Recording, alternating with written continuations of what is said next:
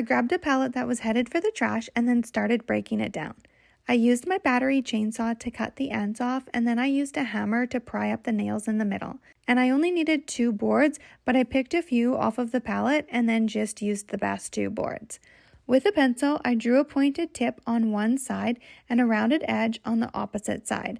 I cut it out using my jigsaw, and then I traced that board onto the second pallet board, and then I cut that out with my jigsaw too.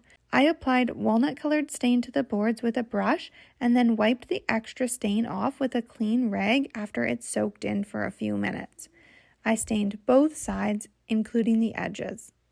When it was dry, I crossed the boards and I stood them up to make sure that they were even, and then I screwed them together in the middle. Then I grabbed some faux greenery and berries and I secured them together with a zip tie and then nailed that to the boards. I used hot glue to apply a bow that I made, and that is how I created skis to decorate my front porch from a pallet that was ready for the trash.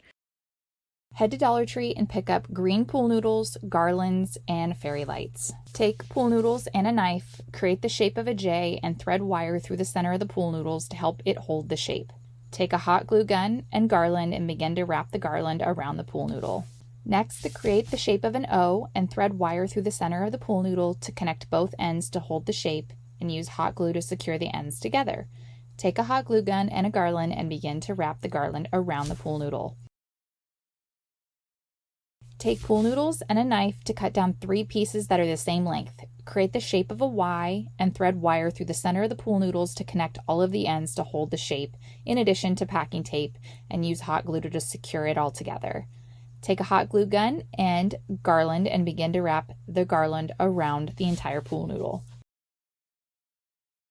Wrap the J, the O, and the Y with fairy lights. Hide the battery packs on the back of the letters, secure with hot glue. There you have it, a cheap way to create your own holiday decor on a budget. I hope this inspired you to try this Dollar Tree project in your home.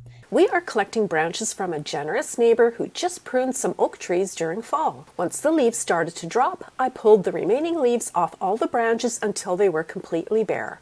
Moving to the front door, I am placing 2 old metal buckets on each side of the entry area.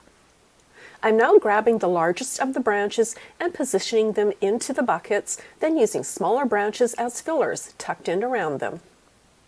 Grabbing some florist's wire, I'm winding the wire around the bulk of the branches to secure them together. Moving the branches close to the wooden door frame, I'm using an electric stapler to attach the wire to the woodwork to secure the branches in one spot. As I'm working, I'm pruning off any branches that will hinder the door from swinging or people walking around it. I'm now choosing 2 of the longest branches to create a slight curve on top when combined and long enough to reach both front door lights. They are being wrapped with wire to secure them together. After making a few branch trims, I'm carrying the tied branches to position them over top of each light.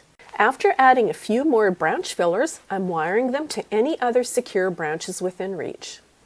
After a quick pruning, I'm now untangling some white stringed outdoor mini lights. My intention had been to use lights with green strings. However, since I didn't have enough, I have a plan to make this look even better than my original idea. Grabbing some faux snow spray, I'm spraying the branches so they look like fresh blown snow all over them, which also chimes in beautifully with the white stringed lights. If you'd like a more permanent option, you can also paint the branches with white spray paint before they are mounted. To better secure the branches over the door area, I screwed 2 boards together, then mounted them in the middle of the door. And the result is a whimsical front door winter scene that resembles stepping into Narnia. Wow, what an effect during the day and at night. The white stringed lights look positively charming, draped on the white snowy branches, mimicking sparkling snow. I hope this inspires you to save some pruned branches to create a light-up winter tree arch of your own. Grab a sheet of plywood. First, I made a DIY projector from a cardboard box. Using a cell phone light, I projected the image and traced the shape of the tree, and then used a jigsaw to cut out all the details.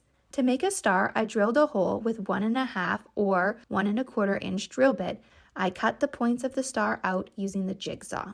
I swept it, wiped it clean, and painted it with exterior white latex paint. I cut a scrap 2x4 into a point at the end and then screwed it down the center of the tree with 1 to 2 feet sticking out the bottom.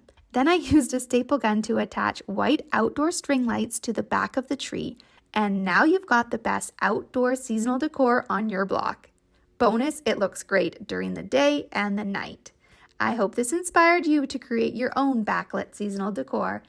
Grab several broomstick handles from the Dollar Tree. Use a large garden stake and a hammer to make it easy to dig into the ground. Reach for the broomstick and remove the cap hook from the end.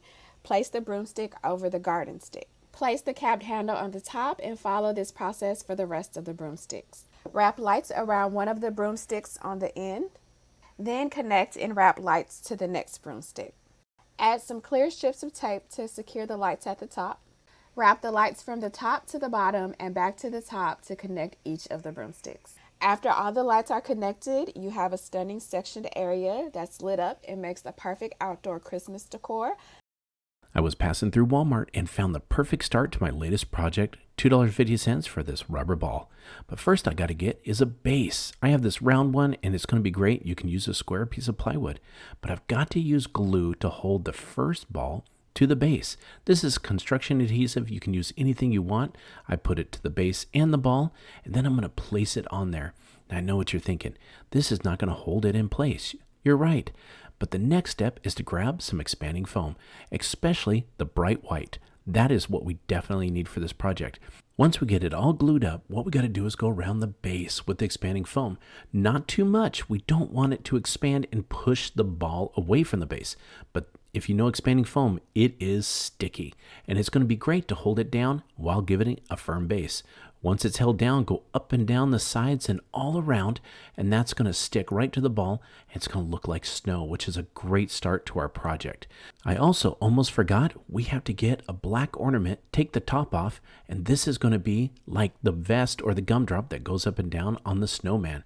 So we're going to put that in place while the foam is still sticky. It will stick there, just check on it. Now it's time for the second layer. We're going to grab a smaller ball and put that on top. Once we get the foam on that, it's time to go to a third one. Now I got this one for only $1. We're going to cover Spidey up here real quick, but we're going to finish off doing the second layer.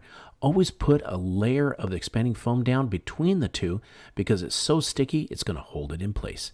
Once we get it all foamed up across the front and everything, what we got to forget though is make sure we get some eyes made. We got to make the eyes, mouth, and the nose. I took some little round pegs, painted them black to look like the coal that goes on the face. Go ahead and paint it on the top and the sides, and then what we're going to do is put it in place. Now it's a little tricky to make sure we get the eyes right where we need them. Take your time, but you stick it right in there, and I promise they're not going anywhere. They're going to stay right in place. When you're doing the mouth, start at the very bottom one, put that one in place, and then we'll go up to the cheeks. Start on the left side, then go to the right, and then you're going to fill it in right in between. I took a piece of wood, painted it orange, and sharpened it on the tip, and that's going to hold it right in place. Now it's time for the most important part, and that's that top hat. I cut out this wood round on a little 16th inch piece of plywood, took a planter, glued it in place. Don't worry, the glue's going to stick out a little bit, but we can always clear that off. Once it dries though, we can touch it up with a little more black paint. Now we've got that top hat made, let's go ahead and put it in place. That foam is still sticky. We can just set it right there. Now we got to decorate the hat, put on a scarf, and here it is. We got our little snowman and it's ready to go. Once that foam dries, it is solid to the touch. It's not sticky anymore. I think our snowman turned out really good.